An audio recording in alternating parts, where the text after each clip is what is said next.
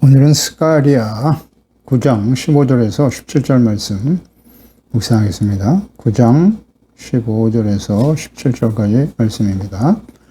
말씀 읽겠습니다. 만군의 여호와께서 그들을 호위하시리니 그들이 원수를 삼키며 물맷돌을 밟을 것이며 그들이 피를 마시고 즐거이 부르기를 술 취한 것 같이 할 것인즉 피가 가득한 동이와도 같고 피 묻은 제단 모퉁이와도 같을 것이라.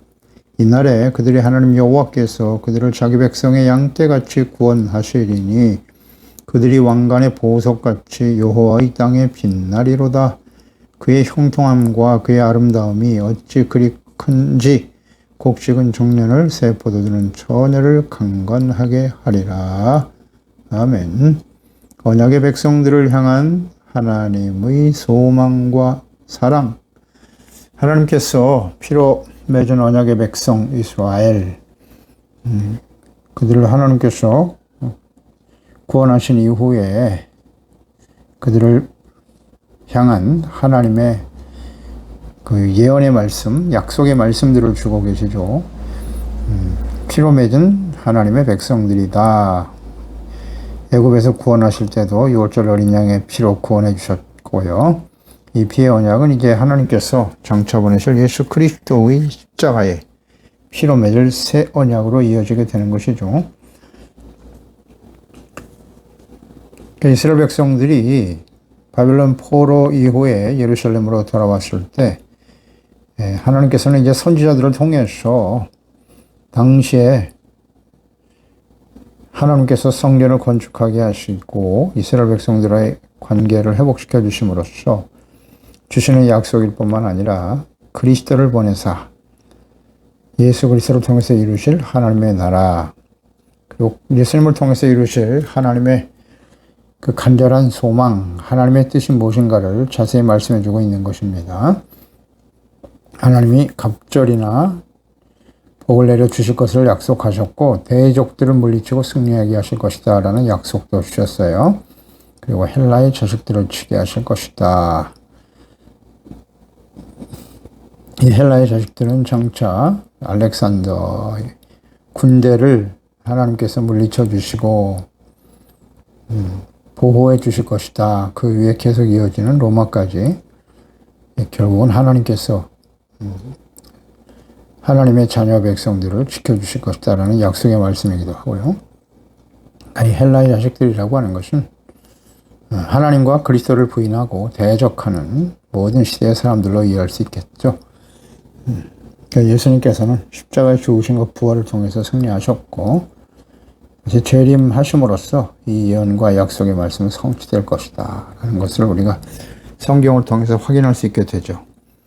오늘 15절 말씀에 보면 계속되는 하나님의 약속이죠. 하나님의 뜻이고 하나님의 소망이에요. 이스라엘을 향하신 하나님의 소망을 잘 보여주고 계시네요. 하나님께서 함께 하시고 호위하심으로써 승리하게 하실 이스라엘, 그들이 원수를 삼키고 물맷돌을 밟을 것이고 피를 마시고 즐거이 부르기를 술 취한 것 같이 할 것이다. 피가 가득한 동이, 피 묻은 제단. 이런 표현들을 보면 이스라엘이 대적들을 물리치고 승리하는 장면이에요. 승리의 기쁨을 나타내주는 장면인데 이 장면은 과거 모압 왕 발락이 거짓 선지자였던 발람에게 돈을 주고 이스라엘을 저주하라고 했을 때 광야에서 가나안 땅 들어가는 과정이었죠. 그때 이제 하나님께서 발람의 말을 입을 털어 막아서 축복하라고 말씀하시는 그런 장면이 나오는데 그 말씀과 이렇게 연결해서 묵상을 하게 되네요. 민수기 23장 21절에 보면 야곱의 허물을 보지 아니하시며 이스라엘의 반역을 보지 아니하시는도다. 여호와 그들의 하나님이 그들과 함께 계시니 왕을 부르는 소리가 그 중에 있도다. 하나님이 그들을 애굽에서 인도하여 내셨으니 그들의 힘이 들소와 같도다. 야곱을 해할 점술이 없고 이스라엘을 해할 복술이 없도다. 이때 야곱과 이스라엘에 대하여 논하진대 하나님께서 행하신 일이 어찌 그리 크냐 하리로다. 이 백성이 암사자같이 일어나고 수사자같이 일어나서 움킨 것을 먹으며 죽인 피를 마시기 전에는 눕지 아니하리로다 하매 라는 말씀이 있죠. 그 이스라엘을 저주하라고 했는데 하나님이 발람의 입술을 통해서 이스라엘을 축복하는 내용이에요. 하나님이 그와 함께 하시는데 누가 그와 대적할 수 있으며 감히 어떤 점술이나 복술이 이스라엘을 해할 수 있겠는가? 암사자와 같고 수사자와 같다 이런 표현을 쓰고 있죠. 죽인 피를 마시기 전에는 눕지 아니하리로다. 승리하는 것, 대적을 물리치고 승리할 것이다 라고 하는 표현을 이렇게 말씀하셨는데 오늘 본문 말씀과 연결해서 묵상하게 되네요. 그러니까 하나님께서 승리하게 하심을 깨닫고 이 피 흘린다라고 하는 것은 피 묻은 번제, 피 묻은 제단 모퉁이 이런 표현도 기록하고 있는데 이것은 아마 이렇게 이해하면 되겠죠. 하나님께서 이스라엘을 승리하게 하셨는데 그 승리에 취해서 기뻐할 뿐만 아니라 이 모든 승리의 주가 되시는 분이 하나님이시다. 하나님 때문에 승리한 것이기 때문에 하나님께 감사와 희생의 제사, 즉 번제와 화목제를 드리게 될 것을 의미하는 것으로 이해할 수 있겠죠. 그러니까 승리만을 기뻐할 것이 아니라 승리하게 하신 하나님께 영광을 돌리고 감사와 찬양의 희생 제사를 드리는 것이다. 이렇게 이해하면 될 것 같아요. 그렇게 하실 것이라는 거예요. 이게 하나님의 의도고 하나님의 뜻이죠. 또 16절에 이날에 그들의 하나님 여호와께서 그들을 자기 백성의 양떼같이 구원하시리니 그들이 왕관의 보석같이 여호와의 땅에 빛나리로다. 이런 말씀도 하셨네요. 그러니까 하나님께서는 그들 자기 백성 양떼같이 구원하신다. 하나님은 구원의 하나님이세요. 그러니까 자기 백성이 양떼같이 구원하신다라는 말씀이셨는데 양떼같이 구원하신다. 즉 이스라엘의 목자가 되시는 분이 하나님이세요. 그러니까 목자 되시는 하나님과 그의 양인 하나님의 백성들과의 관계 이것을 늘 말씀하고 계시죠. 목자가 없는 양은 존재 자체가 불가능하죠. 그러니까 이스라엘의 목자, 이스라엘의 왕은 하나님이세요. 그런데 이스라엘 백성들이 끊임없이 목자이신 하나님과 왕이신 하나님을 버렸어요. 스스로 목자가 되려고 하고 스스로 왕이 되려고 했던 하나님, 왕이신 하나님을 버렸던 결과가 북이스라엘은 아수르에 의해서 망하고 유다는 바벨론에서 멸망을 당하는. 그래서 이제 사람이 왕이 되어 다스리는 왕정시대가 끝나고 마는데요. 그 결과를 우리는 잘 깨달아야 돼요. 이게 우리에게 주는 교훈이에요. 왕이신 하나님을 버리고 목자이신 하나님을 버리면 결과는 이와 같다. 하나님과 그의 백성들의 관계, 이건 변하지 않는 진리입니다. 우리의 목자는 하나님이세요. 우리는 그의 기르시는 양입니다. 이것을 가장 잘 이해하고 있었던 사람, 하나님의 사람 다윗이죠. 시편 23편 1절이 하죠. 여호와는 나의 목자시니 내게 부족함이 없으리로다. 하나님이 목자라는 것은 우리는 그의 기르시는 양이라는 거죠. 그럴 때 우리는 부족함이 없는 삶이 되는 거예요. 그가 나를 푸른 풀밭에 누이시고 실만한 물가로 인도하시기 때문이고 영혼을 소생시키시고 하나님의 이름을 위해서 항상 의의 길로 인도하시는 분이고 우리가 때로는 사망의 음침한 골짜기로 지나갈 때도 있지만 해를 받을 것을 절대 두려워하지 않는다. 왜냐하면 목자이신 하나님께서 함께 하시고 그 주의 지팡이와 막대기가 나를 안위하여 주시기 때문이다. 원수의 목전에서 상을 차려주시고 머리에 기름을 부으시고 그분이 바로 목자이신 하나님이시기 때문에 또 그분은 내 평생의 선하심과 인자하심이 반드시 나를 따르시는다. 하나님은 선하심과 인자하신 하나님이세요. 함께 하시고 그렇기 때문에 하나님의 집에 영원히 살리로다라는 고백이죠. 그러니까 하나님과 우리의 관계가 목자와 양의 관계로 온전히 이루어질 때 가장 안전하고 가장 확실한 인생임을 고백하고 있는 것이죠.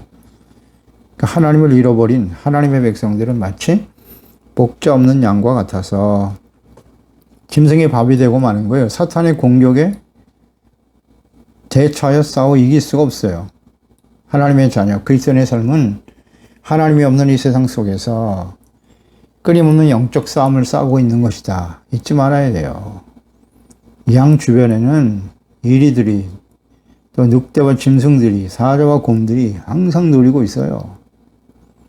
그 무리에서 이탈하거나 목자가 잘 지켜주지 않으면 짐승의 밥이 되고 마는 거예요.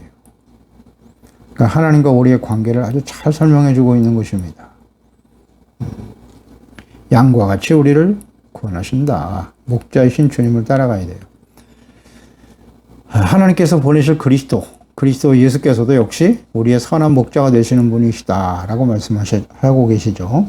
예수님께서 자기 자신의 정체성에 대해서 분명히 말씀하셨고요. 그러니까 하나님의 백성들, 예수님이 오셨을 때 하나님의 백성들의 그 처한 상황이 목자 없이 유리방황하고 있는 양들과 같다, 이런 표현을 하셨죠. 그래서 그들을 불쌍히 여기시고 하나님의 말씀을 가르쳐 주시고 귀신을 쫓아내 주시고 병든 자를 치료해 주시고 사역을 감당하셨는데요. 요한복음 10장 10절에 보면 도둑이 오는 것은 도둑질하고 죽이고 멸망시키려는 것뿐이요, 내가 온 것은 양으로 생명을 얻게 하고 더 풍성히 얻게 하려는 것이라. 나는 선한 목자라. 아주 분명히 자기 정체성을 밝히셨어요. 예수님은 선한 목자시다. 그러니까 선한 목자는 양들을 위해서 목숨을 버리거니와, 삭고는 목자가 아니요 양도 제 양이 아니라 이리가 오는 것을 보면 오히려 양을 버리고 달아난다. 나는 선한 목자라. 나는 내 양을 알고 양도 나를 아는 것이 아버지께서 나를 아시고 내가 아버지를 아는 것 같으니 나는 양을 위하여 목숨을 버리노라. 십자가 지기 위해서 오신 목자이신 예수님. 양들을 위해서, 그들의 생명을 얻게 하기 위해서, 풍성히 얻게 하기 위해서 자신의 몸을 내어주신 선한 목자이신 예수 그리스도.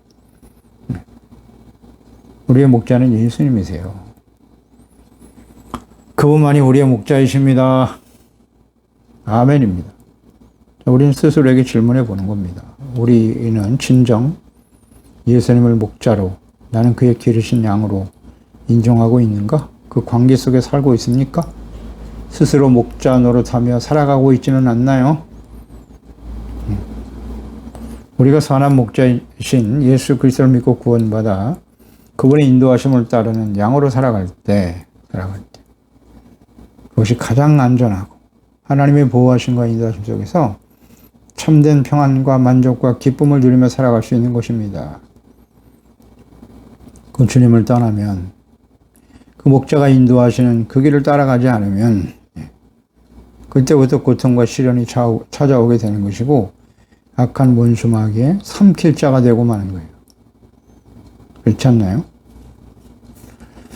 그들이 왕관의 보석같이 여호와의 땅에서 빛나게 될 것이다. 그들이 누굽니까? 연단의 과정을 거쳐서 예루살렘으로 돌아와 하나님의 성전을 건축하고 하나님이 다스리시는 하나님의 거룩한 백성, 진리의 성읍이 되고 하나님의 말씀과 하나님의 뜻을 따르고자 하는 진실한 마음으로 주님을 섬기는 거룩한 백성들이잖아요. 거룩하신 하나님의 다스림을 받는 왕이신 하나님을 인정하고 하나님의 다스리신 하나님의 나라의 백성으로 살아가는 삶. 그런 사람들이 왕관의 보석같이 여호와의 땅에서 빛나게 될 것이라고 말씀하죠. 왕관의 보석과 같은 존재다. 하나님의 백성들을 이렇게 생각해요. 하나님의 자녀들을 이와 같은 마음으로 대하고 계신다고요. 이것이 하나님의 소망 아닙니까? 영광스러우신 하나님의 아들 예수 그리스도를 모시고 살아가기 때문에 우리는 빛나는 보석과 같이 가치 있고 영화로운 존재가 되는 것입니다. 잘 묵상해 봐야 합니다. 왕관의 보석같이 되는 것, 이것은 뭐 세상에서 출세하고 성공하고 권력을 잡고 부자가 되는 것입니까? 물론 그런 약속도 하나님이 주셨습니다만 그거 자체가 영화롭고 가치 있는 것이 아니라, 뭐 여러 번 강조하죠. 세상에서 출세하고 권력의 중심에 서고 많은 부와 재물을 가진 사람, 하나님 믿지 않는 사람들 중에도 얼마든지 있어요. 그게 그리스도인들이 누리를 영화로운 아름다운 가치 있는 삶일까요? 그렇지 않아요. 예수 그리스도를 모시고 그분과 함께 그분 안에서, 그분의 말씀 안에서 거룩한 하나님의 자녀로 살아갈 때 그것이 보석과 같이 영화로운 존재가 되는 거예요. 보석, 왕관 중에 보석이. 왕관도 소중하고 보석은 어떤 의미예요? 하나님이 높여주시고 가장 가치 있는 삶을 살아가게 된다는 거죠. 보석의 가치는 무엇입니까? 언제나 그렇죠. 보석이 귀한 이유는 하나는 희귀성이고 또 하나는 불변성이다. 그러니까 영원히 불변하고 변치 않는 영원한 것은 하나님과 하나님의 말씀밖에 없거든요. 하나님의 말씀이 육신이 되어 찾아오신 그리스도, 그 예수 그리스도를 통해서 주시는 영원한 생명, 그 하나님의 생명을 소중하게 여기고 그 주님을 모시고 살아야 되는 거예요. 그 말씀 안에 있을 때 우리가 가치 있고 영화로운 존재가 된다는 사실을 잊지 말아야죠. 그러니까 제사장의 이 에봇에 달린 12보석들이 있었어요. 그 왕관의 보석 같다라는 말씀을 묵상하니까 과거에 하나님께서 출애굽기 39장 8절 이하에 제사장의 에봇에 달린 보석들을 묵상하게 되네요. 그가 또 흉패를 정교하게 짜되 에봇과 같은 모양으로 금실, 정실, 홍색 실과 가늘게꼰 배실로 하였는데 그것의 길이가 한 뼘, 너비가 한 뼘으로 네모가 반듯하고 두 겹이며 그것에 네 줄 보석을 달았는데 홍보석, 황옥, 녹주옥, 첫 줄이고 둘째 줄은 석류, 남보석, 홍만호, 셋째 줄 호박, 백만호, 사수정, 넷째 줄은 녹보석, 호만호, 벽옥이다. 다 금태에 물렸다 그랬어요. 이 보석들은 뭐냐? 이스라엘의 아들들의 이름 곧 그들의 이름대로 열둘이라 그랬어요. 이스라엘의 12지파를 이 12보석으로 상징하여 제사장의 에봇에 달았단 말이에요. 그러니까 하나님께서는 그 택한 하나님의 백성들을 이렇게 보석과 같이 존귀한 존재로 여기고 계시다는 거예요. 이것이 하나님의 마음이고 하나님의 뜻이에요.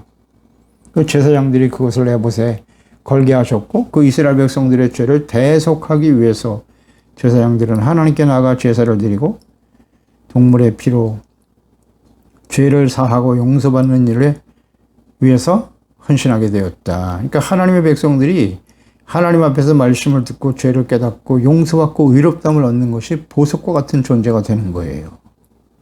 하나님은 그렇게 여기고 계세요. 그러니까 이 보석과 같은 존재는 의예요. 의. 예수 그리스도의 십자가의 대속의 은혜로 우리가 의롭다함을 얻게 되었다. 그것은 시작일 뿐이고 그 이후에 하나님의 말씀을 듣고 끊임없이 죄를 깨닫고 회개하고 용서받는 의. 이 의의 삶을 실천해 가는 것. 이것이 보석과 같은 존재가 된다는 뜻이다. 분명한 이해가 있어야 됩니다. 또 예수 그리스도의 재림과 마지막 심판이 끝난 후에 영원한 구원과 천국의 즐거움에 참여하게 될 하나님의 자녀들을 위해 예비하신 새 예루살렘 성의 모습과 연결해서 묵상하게 되네요. 계시록 21장이죠. 2절에 보면 또 내가 보매 거룩한 성 새 예루살렘이 하나님께로부터 하늘에서 내려오는데 심판이 다 끝난 이후에 이 세상에 심판하시고 새 예루살렘, 새 하늘과 새 땅을 열어주신다는 뜻인데요. 그 준비한 것이 신부가 남편을 위하여 단장한 것 같더라. 하나님의 나라가 온전히 임하게 된다는 뜻이에요. 성곽은 벽옥이고 성은 정금이고 맑은 유리 같더라. 성곽의 기초석은 각색 보석으로 꾸몄는데 기초석은 벽옥, 남보석, 옥수, 녹보석, 홍만호, 홍보석, 황옥, 녹옥, 담화목, 11째, 12째는 자수정이다. 이 역시 12보석으로 되어 있잖아요. 그리고 그 12문은 12진주인데 각 문마다 한 개의 진주로 되어 있다. 자, 이 말씀이 출애굽기 39장과 연결되어지지 않습니까? 12보석, 그것은 곧 이스라엘 12지파를 의미하는 것이라고 말씀하고 있죠. 그런데 하나님께서 이 세상을 심판하시고 새롭게 내려질 새 예루살렘의 그 모든 구성이, 새 예루살렘의 구성이 12보석으로 되어 있다는 거예요. 이거 같은 의미로 우리가 이해해야 되지 않을까요? 하나님의 자녀 백성들이에요. 하나님이 택한 언약의 백성들이란 말이죠. 피의 언약으로, 예수 그리스도의 피의 언약으로 죄사함 받고 구원받는 하나님의 자녀들. 그 자녀들이 이곳에 서게 된다는 뜻이잖아요. 이처럼 보석과 같이 귀하게 여기신 아니라 이 상황을 잘 이해해야 됩니다. 어떠한 상태에서 하나님의 자녀들을 이렇게 소중하게 여기는가. 그래서 하나님께서는 하나님의 백성들에 대한 하나님의 뜻은 이와 같이 보석과 같은 귀한 존재인데 그것이 의롭고 거룩한 하나님의 말씀을 잘 듣고 지켜 순종하는 의롭고 거룩한 백성이 되어질 때 이와 같은 하나님의 자녀들이 되는 거예요. 그렇지 못하니까 하나님께서는 시련을 보내시는 거죠. 바벨론에 의해서 연단의 과정, 70년의 연단을 거친 이후에 예루살렘으로 돌아와서 성전을 다시 건축하고 하나님과의 관계가 회복되어질 때 이 말씀을 주셨거든요. 그럼 하나님께서 왜 하나님의 백성들에게 연단을 하시는가? 왜 시련과 환난을 당하게 하시는가? 그 의미를 분명히 알 수 있잖아요. 히브리서 12장 그 아비가 자녀를 연단하는 것처럼 징계하시는 것처럼 하나님께서 사랑하는 자녀들도 징계하신다. 즉 징계가 없다면 그건 사생아와 같다라고 말씀하시면서 자녀가 하나님께서 그 보통 아비가 자녀들을 징계하는 이유, 하나님께서 그 자녀들을 징계하시는 목적 아주 분명하죠. 온전케 하기 위해서잖아요. 그래서 징계가 당시에는 즐거워 보이지 않지만 그 징계를 통해서 연단을 받은 다음에는 의와 평강의 열매를 맺게 하는 거라고. 의의 회복. 그래서 하나님과의 관계가 화목하게 되는 거, 화평하게 되는 거예요. 그게 하나님의 뜻이에요. 뜻입니다. 그것이 아름다운 인생, 가치 있고 아름다운 모습이라는 거, 보석과 같은 아름다운 모습이 되는 거예요. 예수 그리스도를 믿고 세상에서 출세하고 성공하고 부귀 영화를 누리며 사는 것이 보석과 같은 인생이 아니라 이걸 이해하지 못하면 안 됩니다. 하나님과의 올바른 관계, 하나님의 자녀답게 살아가는 게 훨씬 더 중요해요. 의와 화평을 누리면서, 그러니까 거룩함과 모든 사람과 화평함과 거룩함을 쫓으라. 이것이 없이는 아무도 주를 보지 못하리라. 맞습니다. 무엇이 보석과 같고 가치 있고 아름다운 인생인가를 잘 알아야 돼요. 원래 하나님께서는 그 언약의 백성들, 예수 그리스도의 피로 구원하신 하나님의 자녀들을 이렇게 보석과 같이 귀하게 여기신단 말이에요. 그에 합당한 삶을 살아가도록 끊임없이 기도하고 경건의 훈련을 계속하고 성령님의 도우심을 따라 그에 합당한 삶을 살아가야 하는 것이 우리의 주어진 과제입니다. 그래서 이 보석과 같은 존재들이 영원한 영광의 새 예루살렘에 거주하게 되겠죠. 거주하게 될 것입니다. 예수님께서 약속하셨죠. 요한복음 14장 1절 이하에 너희는 마음에 근심하지 말라. 하나님을 믿으니 또 나를 믿으라. 내 아버지 집에 거할 것이 많도다. 그렇지 않으면 너에게 일렀으리라. 내가 너희를 위하여 거처를 예비하러 가노니 가서 너희를 위하여 거처를 예비하면 내가 다시 와서 너희를 내게로 영접하여 나 있는 곳에 너희도 있게 하리라. 아멘입니다. 주님께서 다시 오셔서 우리를 위해서 집을 예비하신대요. 그 집의 내용이 바로 계시록 21장 2절에 잘 나와 있잖아요. 아름다운 보석으로 꾸며진 그 새 예루살렘, 그것이 완성되면 예수님이 다시 오셔서 너희를 내게로 영접하여 예수 그리스도를 믿고 구원받아 의와 거룩함과 진실함으로 항상 복종하여 드럽고 떨림으로 구원을 이루어가는 보석과 같은 하나님의 자녀들이죠. 그 보석과 같은 가치 있는 인생이 무엇인가? 여기에 대한 분명한 이해가 있어야 돼요. 마지막까지 하나님의 말씀을 지키고 빛의 열매로 의로움, 착함, 의로움, 진실함, 거룩함으로 성령의 열매를 맺으며 빛의 열매를 맺으며 살아가는 하나님의 자녀들이겠죠. 이 아름다운 새 예루살렘 성에 거주하게 되는 거예요. 그것이 하나님의 뜻이라고요. 17절에 그의 형통함과 그의 아름다움이 어찌 그리 큰지, 형통과 아름다움, 우리가 정말 좋아하는 말이죠. 그리 큰지 곡식은 청년을, 또 새 포도주는 처녀를 강건하게 한다. 곡식 포도주, 경제적으로 풍요롭게 한다는 뜻이겠고요. 아름답고 형통은 언제 주어지는 약속인가 생각해 보세요. 진리의 성읍이 되고 거룩한 성산이 되고 하나님이 거룩하신 하나님이 임자해 주시고 그 하나님의 말씀에 순종하고 제사와 예배가 회복되고 하나님과의 관계 회복되고 정체성과 사명이 회복되고 하나님이 다스리시는 하나님의 나라가 온전히 이루어질 때 보석과 같은 존재가 되는 거고 형통과 아름다움 또 청년과 처녀들이 강건해진다는 것은 미래에 대한 소망이죠. 소망입니다. 미래가 더욱 복되고 아름답게 될 것이라는 약속의 말씀이죠.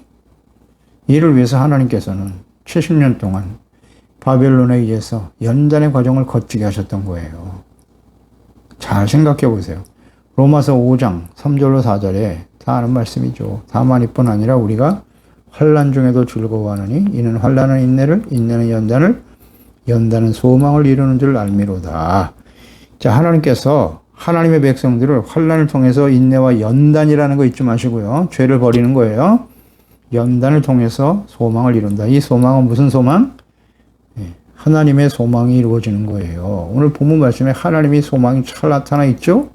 하나님의 백성들을 향한 하나님의 소망. 하나님의 소망은 하나님의 자녀 백성들이 세상에서 악한 원수 마귀를 이기고 세상을 이기고 승리하는 것을 바라요. 승리하기를 원하시는 거예요. 하나님과 함께 승리할 때 하나님의 나라가 이루어지게 되는 것이고, 이 모든 것이 하나님께서 하신 일임을 알고 감사와 찬양의 제사와 예배를 올려드리고, 그리고 하나님이 우리의 목자가 되시고 우리는 그의 기르시는 양으로서 목자이신 주님의 말씀을 따라 살아가는 삶, 이것이 하나님의 소망이에요. 그럴 때 하나님께서는 그들을 왕관의 보석같이 여호와의 땅, 하나님이 다스리시는 하나님의 나라에서 또 영원한 천국에서 빛나는 이 세상에서도 빛된 삶을 통해서 하나님의 영광을 나타내다가 영원한 모습으로 주님 앞에 서게 되는 것이죠. 그래서 아름다운 보석으로 지은 하나님의 나라 새 예루살렘 성에 거주하게 하는 거예요. 그게 하나님이 그 백성들을 향한 소망이란 말이에요. 그게 하나님의 본심이에요. 그게 진실한 하나님의 사랑이에요. 그래서 시련과 환난과 연단을 당하게 하시는 거다. 그 연단의 70년의 연단의 과정을 거치고 돌아왔을 때 이 약속의 말씀을 주셨거든요. 그리고 장차 하나님께서 그 아들 예수 그리스도를 이 땅에 보내시고 예수님의 고난과 십자가의 죽으심과 부활을 통해서 이루실 하나님의 소망과 뜻이 그러하니 우리에게 주어진 영원한 하나님의 영광스러운 가치 있고 아름다운 삶이 무엇인가? 여기에 대한 분명한 이해가 있어야죠. 이 땅에 살아가는 동안에 그리스도인의 삶은 끊임없는 영적 싸움이고요.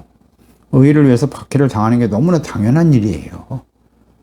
의의를 위해서 다가오는 시련과 어려움도 환난과 시련, 왜? 우리는 완전하지 못하기 때문에. 둘 중에 하나에 왜 우리가 환난과 시련이 다가오는가? 예, 의의를 위해서 살아가다 보면 박해를 받을 수밖에 없고요. 또 하나는 우리가 하나님 앞에 온전하지 못하기 때문에 너무나 쉽게 세속화되지 않습니까? 옛사람의 모습을 따라가려고 하는 우리의 속성이 아직도 살아있기 때문에 범죄할 수밖에 없잖아요, 우리는. 그래서 하나님께서 환난과 시련을 당하게 하시거나 둘 중에 하나겠죠. 그래서 후자인 경우에는 빨리 깨닫고 돌이키면 되는 거예요. 돌이켜 용서받고 의롭다함을 얻고 또 오히려 의를 위해서 박해를 받을 때는 기뻐하고 즐거워하고 겸손한 자세로 주님을 섬기며 나아갈 때 그런 사람들을 하나님은 세상에서 보석과 같이 귀하게 여기고 하나님이 다스리신 하나님의 나라에서 빛나게 하시리라. 이 땅에서도 빛된 삶을 통해서 착한 행실이잖아요. 의와 거룩함과 진실함에 빛된 착한 행실을 통해서 하나님께 영광을 돌리다가 그게 빛이 되는 거예요. 세상에서 출세하고 성공하는 것이 빛이 아니라. 그리고 영원한 하나님의 나라에 서게 될 것이다. 이것이 하나님이 그의 택한 예수 그리스도 안에서 우리를 구원하신 하나님의 소망이고 하나님의 뜻이다. 그래서 우리는 시련과 어려움을 당할 때 기뻐하고 즐거워하게 되는 거예요. 하나님의 본심을 똑바로 이해하고 있어야죠. 이걸 잘 이해하지 못하니까 우리에게 조금만 시련과 어려움이 다가오면 하나님 나한테 왜 이러세요? 내가 그동안에 열심히 신앙생활도 했고 나름대로 주님 앞에 헌신한다고 했는데 기도도 했고 헌신도 했는데 나에게 왜 이러시죠? 이해를 못하는 거예요. 왜 이런 일이 벌어지는지. 하나님의 본심이 어떠하신지.